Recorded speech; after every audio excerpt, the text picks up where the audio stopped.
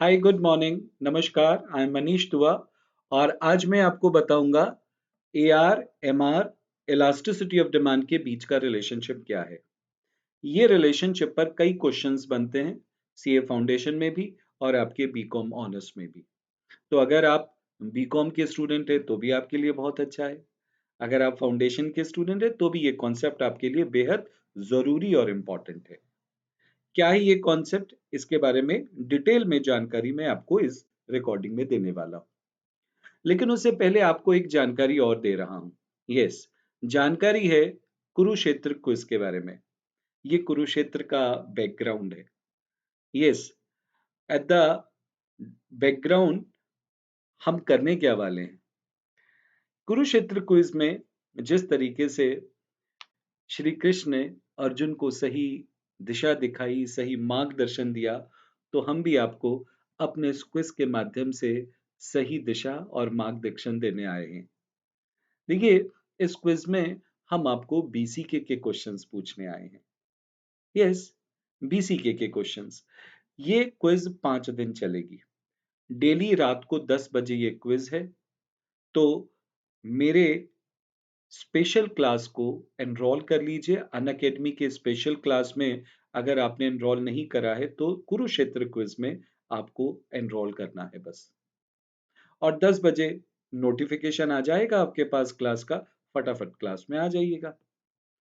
देखो, हमने 5 क्विज का जो ये सीरीज रखा है, उसके अंदर पहली क्विज में हम आपसे इनकॉर्पोरेशन ईयर के बारे में पूछेंगे। हमारे बीसीके की किताब में बहुत सारे ईयर वाले क्वेश्चन बनते हैं। आईआरडीए कब आया, सेबी कब आया, आरबीआई कब आया, कब स्टैब्लिश्ड हुआ, कब किस कंपनी का इनकॉर्पोरेशन ईयर है, कब एशियन पेंट्स आया, कब इन्फोसिस आया। तो ऐसे क्वेश्चंस बहुत बनते हैं। तो मैंने आज पहला दिन है, तो आज पहले दिन में आपको इनकॉर्पोरेशन ईयर पूछना है, सिर्फ सिर्फ इनकॉर्पोरेशन ईयर। और कि आरबीआई कब आया, कब ये डिफरेंट डिफरेंट ऑर्गेनाइजेशन एस्टैब्लिश्ड हुए, आपको ये याद करके आना है। इसी तरीके से दूसरी क्विज में, यानी कि जो कल क्विज होगी रात को 10 बजे, उस क्विज में हम आपसे सीईओ और सीएफओ के नाम पूछेंगे। यस, सीईओ और सीएफओ के नाम पर बेस्ड हम क्विज बनाएंगे। आपको उस क्विज में आकर के अपनी काबिलियत को शो करना है, जैसे अर्जुन ने अपनी काबिलियत को सबके सामने शो किया और आज तक हम उस योद्धा को याद रखते हैं। तो योद्धा आप भी हैं, आपके जैसा कोई नहीं। आप इतने केपेबल हैं। बस आपको अपनी एनर्जी को चैनलाइज करना है सही माध्यम में, सही दिशा में, और अपनी पावर को भूलना नहीं है। अर्जुन के पास तो श्री कृष्ण थे। उसकी खोई ताकत, उसकी खोई ऊर्जा को उन्होंने जब ज्ञात करवाया, तो उसको पता चला कि मैं कितना केपेबल हूं, मैं तो कुछ भी कर सकता हूं। तो आप भी कुछ भी कर सकते हैं। You are such a capable and sweet guys. तो आप ध्यान रखो, क्विज को अटेंड करना है। थर्ड क्विज में मैं आपको पूछूंगा कंपनी के विजन्स के बारे में। यस, डिफरेंट डिफरेंट कंपनीज के क्या क्या विजन है उस पर भी बेस्ड सवाल पूछे जाते हैं। फिर इसी तरीके से मैं तीसरी क्विज में आप चौथी क्विज में आपसे पूछूंगा कि कंपनी के हेडक्वार्टर्स कहाँ पर हैं, या कंपनी से रिलेटेड और दूसरी जानकारी। ठीक है, तो इस तरीके से हम 5 क्विज लेने वाले हैं। और इसका सारा का सारा जो मटेरियल है, मैंने अपने टेलीग्राम चैनल पे आपको शेयर कर दिया है। अगर आप मेरे टेलीग्राम चैनल पर नहीं हैं, तो मैं आपको टेलीग्राम चैनल का लिंक यहाँ पर डिस्क्रिप्शन बॉक्स में दे दूंगा। आप ज्वाइन हो जाइएगा और मेरे साथ जुड़ करके अपनी बीसीके की तैयारी को दुरुस्त कर लीजिएगा। ठीक है ना? तो फटाफट अब आज का लेक्चर शुरू करते हैं। आज की क्लास में मैं आपको बताऊंगा relationship between AR, MR and elasticity of demand. Okay, तो चलिए शुरू करते हैं।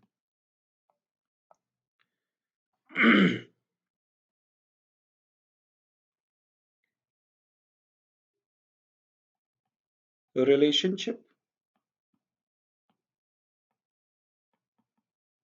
between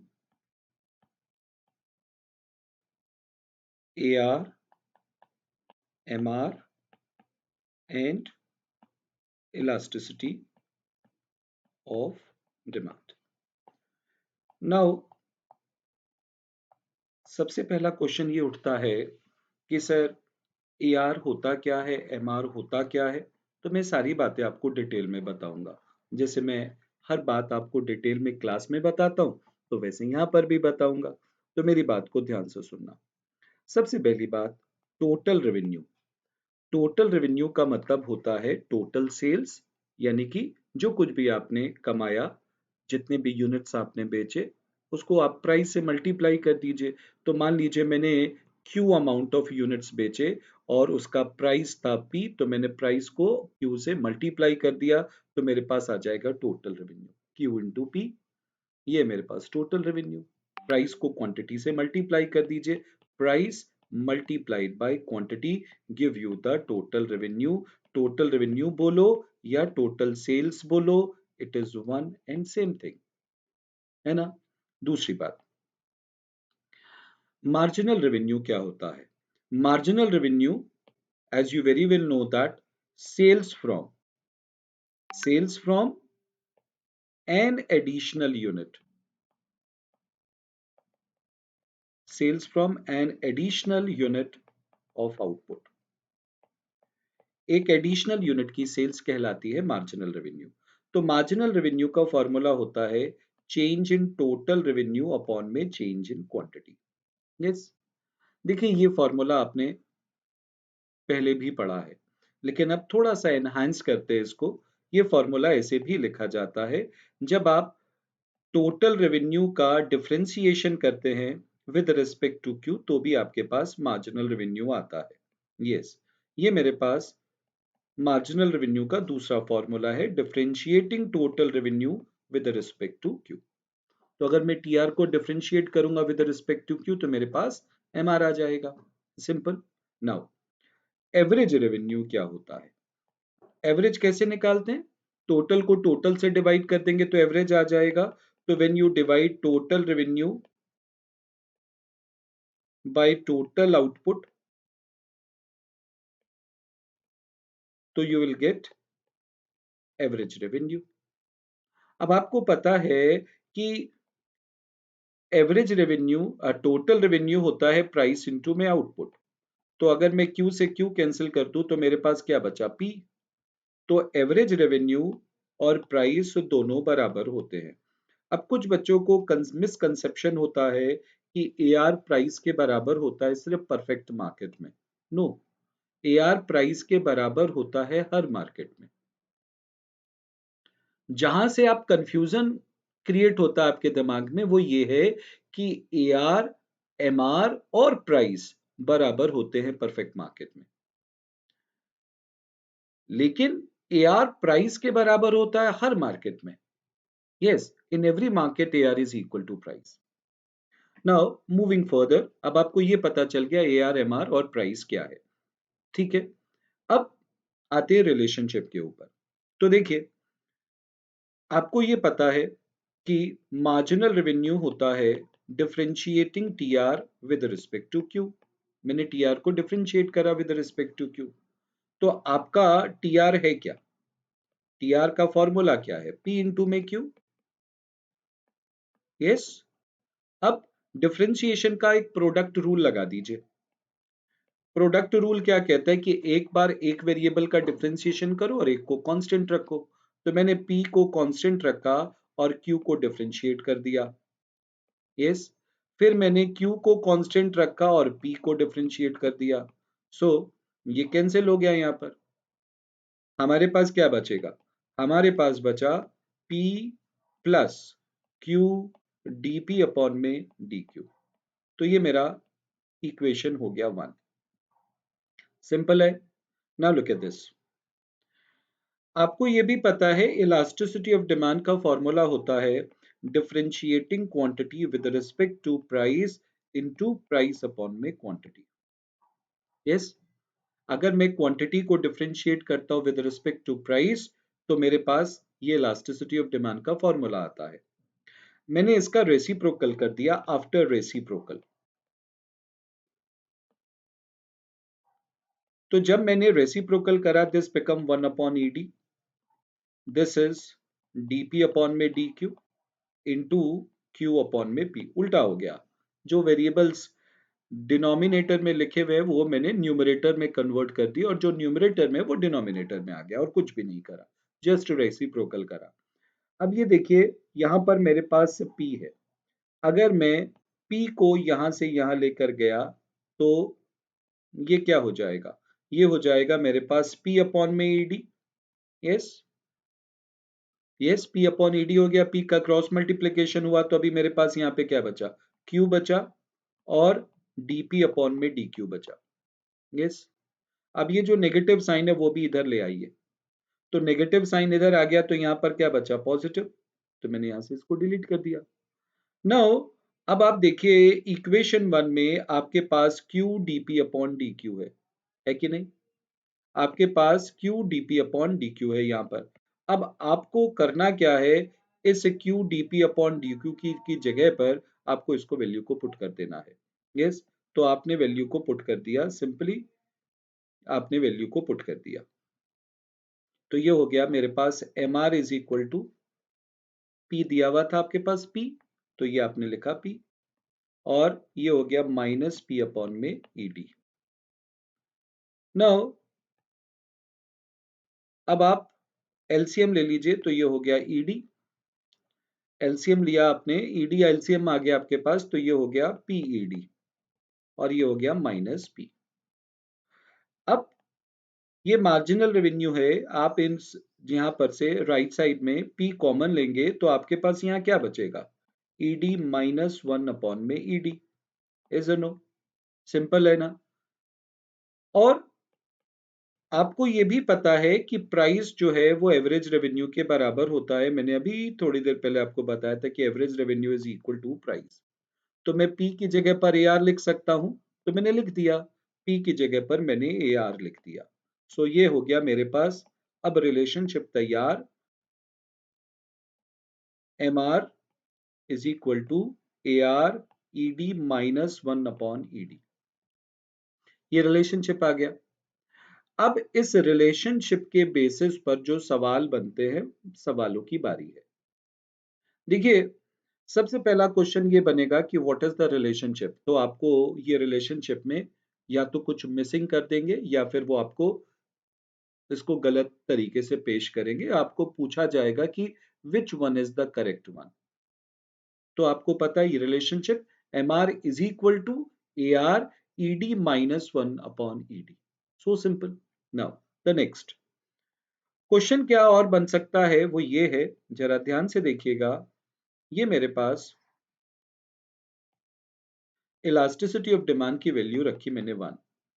अगर मैं इस इक्वेशन में ईडी की वैल्यू को 1 रख दूं तो 1 माइनस 1 अपॉन 1, तो ये क्या हो जाएगा? ये वैल्यू हो जाएगी आपकी 0। यस, ये वैल्यू क्या हो गई? आपकी 0 हो गई।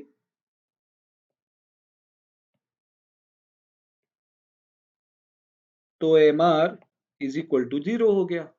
1 minus 1 is 0, the entire becomes 0. So when ED is equal to 1, MR की वैल्यू जो होती है वो 0 होती है। Simple, clear? अगर मैंने इलास्टिसिटी ऑफ डिमांड की वैल्यू रखी यहाँ पर 0.5 रखी, तो मेरे पास जो आंसर आएगा वो नेगेटिव में आएगा। तो जब इलास्टिसिटी की वैल्यू माइनस 0.5, ये देखिए 0.5 में से -1 गया तो -0.5 बचेगा ना? यस, तो मेरे पास आंसर नेगेटिव में आ रहा है कि नहीं? तो अगर मेरे पास इलास्टिसिटी ऑफ डिमांड की वैल्यू जो है वो 1 से छोटी है, 1 से छोटी है, तो आपका जो मार्जिनल रेवेन्यू है वो नेगेटिव में आएगा। यस, और अगर आपने इलास्टिसिटी ऑफ डिमांड की वैल्यू को रख दिया पॉजिटिव में 5 माइनस 1 अपॉन 5, तो आंसर कैसा आएगा? 4 बाई में 5, आंसर पॉजिटिव में आ रहा है। तो when ED is greater then 1, MR जो है वो पॉजिटिव हो जाएगा। अब आपके दिमाग में एक डाउट आता है वो डाउट ये है कि सर इलास्टिसिटी ऑफ डिमांड के नेगेटिव साइन का क्या करना है। तो जब कभी भी आप कोई भी मैथमेटिकल कैलकुलेशन करते हैं, आप सब्सट्रैक्शन करें, एडिशन करें, मल्टीप्लिकेशन करें, डिवीजन करें, आप नेगेटिव साइन को इग्नोर करेंगे। यस, जब कभी भी आप एनालिसिस करते हैं, आप नेगेटिव साइन को इग्नोर करते हैं। सवाल उठा सर एनालिसिस का मतलब क्या? जैसे मैंने आपसे पूछा -3 -2, तो आपसे पूछा जाएगा कि कौन सा ज्यादा इलास्टिक है। तो ज्यादा इलास्टिक वो जिसकी ज्यादा वैल्यू हो इलास्टिसिटी की। तो आप क्या कहते हैं -3 ये ज्यादा इलास्टिक है। तो इसका मतलब जब आपने एनालिसिस करा तो आपने इस नेगेटिव साइन को इग्नोर करा। आप इस नेगेटिव साइन को इग्नोर कर रहे हैं। समझ रहे बात को? This is clear to you. तो जब आप इस नेगेटिव साइन को इग्नोर करेंगे तब हम इस वैल्यू को यहाँ पर कंपेयर कर पाएंगे। तो इसीलिए हमने कहा कि जब इलास्टिसिटी ऑफ डिमांड को कंपेयर करना हो, जब आपको मैथमेटिकल मैनिपुलेशंस करना हो, you have to ignore the negative sign. Clear? अब देखो एक और बात, जरा ध्यान से देखना। मेरे पास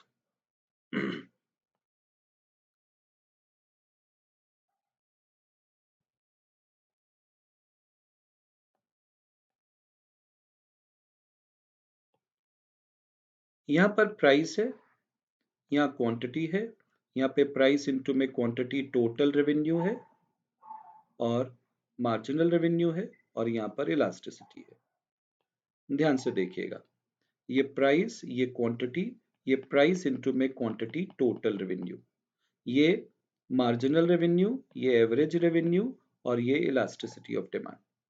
ठीक, बहुत ध्यान से सुनना, बहुत इंपॉर्टेंट है ये सारी चीजें। आपको ये कंसेप्ट सारे इन डेप्थ अंडरस्टैंडिंग देंगे, तो बड़े ध्यान से सुनना। से for example when the price was 9, demand was 0। आपने 9 रुपया दाम रखा, कुछ नहीं खरीदा गया। जैसे ही आपने दाम को कम किया, 8 करा, 1 यूनिट खरीदा गया। फिर दाम को और कम किया तो 2 यूनिट खरीदा गया। जैसे जैसे आप प्राइस को कम करते गए, डिमांड बढ़ती गई। तो ये हो गया 8, 2, 3, 4, 5, 6, 7 और 8। डिमांड बढ़ रही है। The price is falling and the quantity is increasing. Yes. So देखिए, ये total revenue होता है price into में output. So ये हो गया 0. This become 8. This become 14. This is 18. This is 20. This is 20. This is 18. This is 14 and this is 8. Now look at this marginal revenue, additional revenue. Addition कितने का हुआ? 8 का. Yes. फिर addition कितने का हुआ? 14 और 8। एडिशन कितने का हुआ? 6 का। फिर 4 का, फिर 2 का, फिर 0 का, कोई भी एडिशन नहीं हुआ। फिर इसके बाद ये कम होना शुरू हो गया, तो दिस बिकम -2, -4 एंड -6। अब आपको पता है कि एवरेज रेवेन्यू प्राइस के बराबर होता है, तो प्राइस क्या है? 8, 7, 6, 5, 4, 3, 2, 1। तो मैंने लिख दिया 8, 7, 6, 5, 4, 3, 2, 1। Now the question arises, sir एक बात बताइए, आपने यहाँ पर 9 क्यों नहीं लिखा? देखो AR प्राइस के बराबर तभी होगा जब TR पॉजिटिव होगा। यहाँ पर तो TR 0 है, तो फिर AR प्राइस के बराबर के ये फॉर्मूला है ना आपका, AR is equal to TR upon में Q। अगर TR ही 0 हो गया तो फिर AR प्राइस के बराबर कैसे हो सकता है? ये फॉर्मूला तो तब आएगा जब TR एक पॉजिटिव वैल्यू है। When TR is 0, then AR will not be equal to price. So that's why मैंने यहाँ पर कुछ नहीं लिखा है। अब देखो, याद करो टोटल एक्सपेंडिचर मेथड। याद है आपको टोटल एक्सपेंडिचर मेथड? नहीं है तो मैं आपको याद करा देता हूं।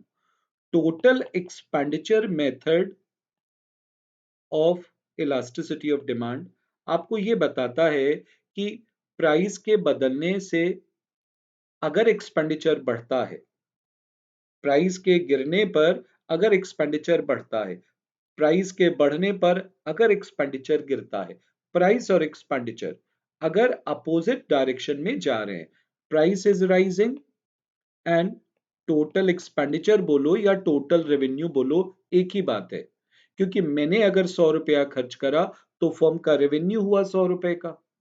तो प्राइस का बढ़ना और टोटल रेवेन्यू का गिरना, दोनों अगर अपोजिट डायरेक्शन में जा रहे हैं तो हम कहेंगे कि डिमांड कैसी है, इलास्टिक।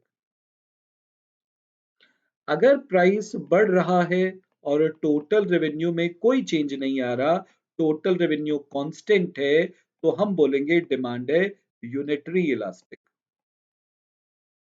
और अगर प्राइस बढ़े और टोटल रेवेन्यू भी बढ़ जाए तो हम बोलेंगे डिमांड कैसी है, इनइलास्टिक। यस, तो जरा यहां चेक करते हैं। यहां पर देखिए, प्राइस 8 7 6 5 गिर रहा है प्राइस, तो प्राइस इज फॉलिंग। और रेवेन्यू को देखिए, 8 14 18 20 20, ये 20 तक देखिए, ये बढ़ रहा है, रेवेन्यू बढ़ रहा है। प्राइस गिरा 9 8 7 6, रेवेन्यू 8 14 18 20, यानी कि प्राइस गिरा, रेवेन्यू बढ़ा। तो यहां से लेकर के यहां तक इलास्टिसिटी कैसी हो गई आपकी, ED is greater then 1। Yes, फिर आपने पढ़ा अभी कि जब प्राइस बढ़े या प्राइस घटे, प्राइस बढ़े या प्राइस घटे, रेवेन्यू में कोई चेंज नहीं आएगा, तो हम बोलते हैं यूनिटरी इलास्टिक। तो यहां देखिए, प्राइस हुआ 5 to 4, यहां पर रेवेन्यू 20 का 20 है, कोई चेंज आया रेवेन्यू में, रेवेन्यू में तो कोई चेंज नहीं आया। तो यहां पर इलास्टिसिटी कैसी है, ED is greater than, ED is equal to 1, unitary elastic. और फिर लास्ट में आपने देखा कि प्राइस बढ़ा तो रेवेन्यू बढ़ा, और प्राइस घटा तो रेवेन्यू भी घटेगा। अगर ऐसी है सिचुएशन तो बोलेंगे in elastic demand. So look at this, price जो है 5 3 2 1 गिर रहा है, और रेवेन्यू का क्या हो रहा है, 18 14 और 8, ये भी गिर रहा है, प्राइस भी गिर रहा है, रेवेन्यू भी गिर रहा है। तो इसका मतलब इलास्टिसिटी कैसी हुई, लेस देन 1 हुई कि नहीं। यस, तो अब देखिए, यही बात आपने रिलेशनशिप से भी पढ़ी थी कि अगर इलास्टिसिटी की वैल्यू 1 से बड़ी हो तो एमआर होगा पॉजिटिव, इलास्टिसिटी की वैल्यू अगर 1 से बड़ी हो तो एमआर क्या है, यहाँ पर पॉजिटिव है ना, पॉजिटिव। फिर इलास्टिसिटी की वैल्यू अगर 1 हो तो एमआर क्या होता है, 0, है ना, 0। इलास्टिसिटी की वैल्यू अगर 1 से छोटी हो तो एमआर कैसा होता है, नेगेटिव, है ना, नेगेटिव। हो गया सब कुछ कोरिलेट। यस, ऐसे ही सब कुछ कोरिलेट हो जाता है जब आप मुझसे मिलते हैं, मैं आपसे और आप मुझसे कोरिलेट हो जाते हैं, हमारे बीच का बॉन्ड ही ऐसा है। Yes, so keep watching my classes and see you soon in the next recording. तब तक के लिए एंजॉय, तब तक के लिए बाय बाय, मुस्कुराते रहिए, हंसते रहिए, और जो आज से क्विज शुरू हो रही है उसको अटेंड करिएगा। Bye bye, take care of yourself, you are so lovely, you have given me your valuable time, I'm thankful to you, bye bye।